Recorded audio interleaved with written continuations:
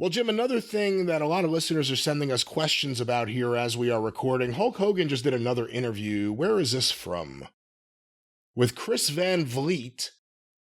Hogan made some comments that apparently back in May, Shane McMahon contacted him about a match at WrestleMania in Hollywood. Or he said this in May originally. Now he's claiming, in a new surprising tidbit, that due to his inability to compete physically, Hulk Hogan, the match was going to be Shane McMahon against Nick Hogan. What? At WrestleMania. What? Any thoughts on Hulk Hogan saying this? But where do I begin? Not only did Shane suffer an incredible, I don't even know if Hogan remembers that. Was he at the show even? And just did Shane suffered the ignominious injury that he suffered the last time that we saw him. And does anybody in their right mind think that with Endeavor buying the company, that they were going to have Shane go out there to work with some fucking goof that's never had a wrestling match in his life, Hulk Hogan's son? Well, apparently Hogan's claiming that his son was training with Rikishi and he was part of the same group that included Miro. Oh, good Lord. I'm not saying that Hulk Hogan's son has never had any wrestling lessons or training from anybody. I'm saying he's never had a fucking match anywhere in front of people. And Shane, at nearly my age, late 50s, mid 50s, whatever he is, after having gotten hurt and fell on his face literally and figuratively the last time we saw him, and then the Endeavor deal is going and all the shit that Vince is involved in, but he's going to make sure to put Shane in a single match against Hulk Hogan's son at WrestleMania. That's the biggest bunch of bullshit I've ever heard. Somebody ought to put a shock collar on Hogan and watch him spaz out every time he opens his mouth. Just program it. If this is a lie, he's going to get fucking 5,000 volts straight to the goddamn carotid artery. Well, here's another one that we've been sent from the same interview, apparently. Here's Hulk Hogan talking about the death of Bruiser Brody. Brody was kind of hard to do business with in the ring. He's really stiff and would beat you. He wouldn't put anybody over. And he was a big man, 6'8", 330 pounds, in crazy shape. And, they wanted to beat him. He was, nah, not tonight, brother. Wow. So after the match, they said, hey, Jose wants to talk to you in the shower. Oh, good Lord. In the shower, he jumped him, cut his throat, he died right there. And all the wrestlers that saw it were afraid to go back and testify. Brody. Well, that's the first time I've heard about Bruiser Brody having his throat cut in the shower. That's the first time I've heard that they actually had the match first and he wouldn't put anybody over. Obviously, as everyone in the world besides this delusional, lying twat, Hulk Hogan, knows, Brody was murdered in the shower by Jose Gonzalez in the locker room before the show even started. And he didn't cut his throat, he stabbed him in the stomach.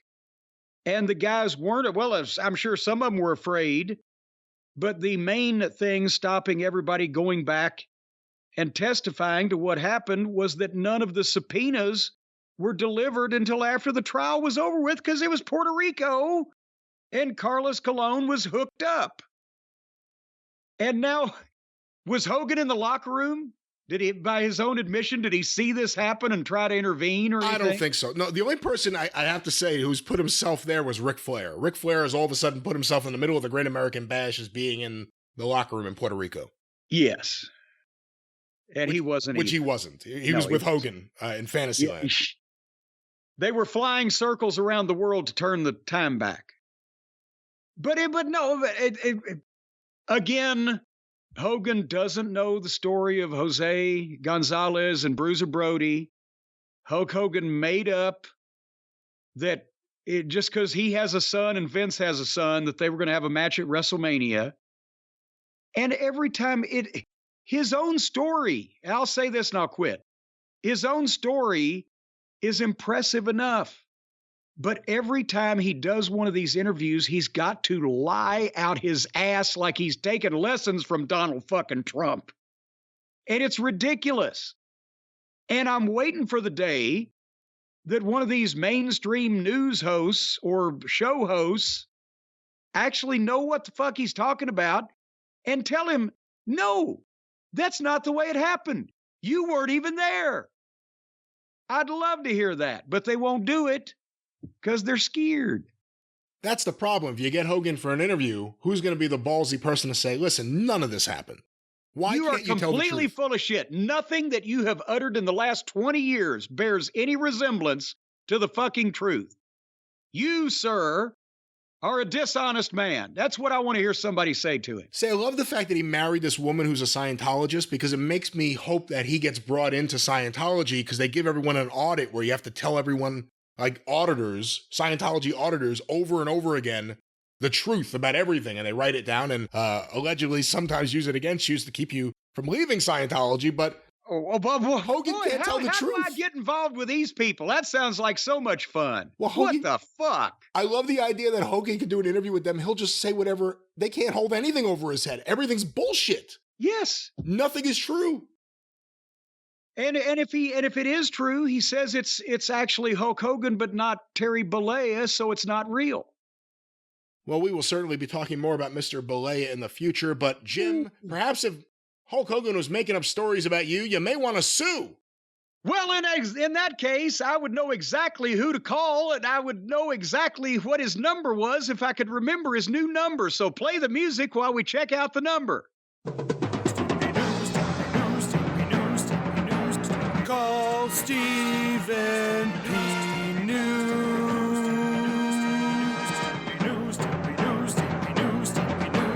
If you need to sue.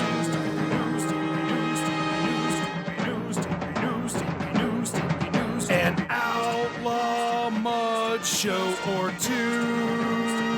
Those are the rest. Yes, ladies and gentlemen, forget everything that we have ever told you about the phone number of Stephen P. New at newlawoffice.com, because it is no longer that number. He's got a brand new one, 877-50-STEVE. 877-50-STEVE. Call the lawyer whose name is his number. No, that's someone else's Call the lawyer song. whose Stop. name is his number. That'll be a lawsuit. Hey, I've spent enough money with Tom Drexler. I can sing their jingle and customize the words all I want. Who does their music Yes. publishing? It's Tom's daughter. Oh. Tom's daughter, Penelope. She does the publishing. 1-877-50-STEVE is the number to call if you want to be represented by the erstwhile consigliere of the cult of Cornette in your wrongful termination or your damage or death, destruction. If you've been killed, you need to get on the phone right away and call Stephen P. New at 877-50-STEVE. 507-8383. Not everyone knows the letters. This is the 1950s. The letters are on the goddamn phone dial. It's easier to say the numbers. People punch in numbers. Hey, look, what number do I No, put? but Oh, you can't remember 507. all those Steve. numbers. Yeah, 877-50-STEVE. You remember that because Steve McGarrett of Hawaii 50. See? 877-50-STEVE. Not 877-507-8383. 8383. It's catchier. 507-8383. You know what's catchy? Call the lawyer whose name is his number. Call the lawyer whose name is his number. What's Tom Drexler's number? Besides that, Hold on. What's Tom Drexler's number? one Tom Drexler. That's his name. He's got the... If it was Steve New, it would be his name. It's just Steve. There's not enough numbers. Whose fault is that? You'd be dialing extra numbers. That's what I'm trying to tell you. And besides that, and regarding the music publishing, the way I sing it, nobody can tell what the original song sounds like anyway, so we're covered. Oh, my God. So call the lawyer whose name is his number, 877-50-STEVE. That's right. Stephen P. New, 507-877-507-8383. See, that's just gibberish. That's just a lot of numbers. I'm trying to help people out.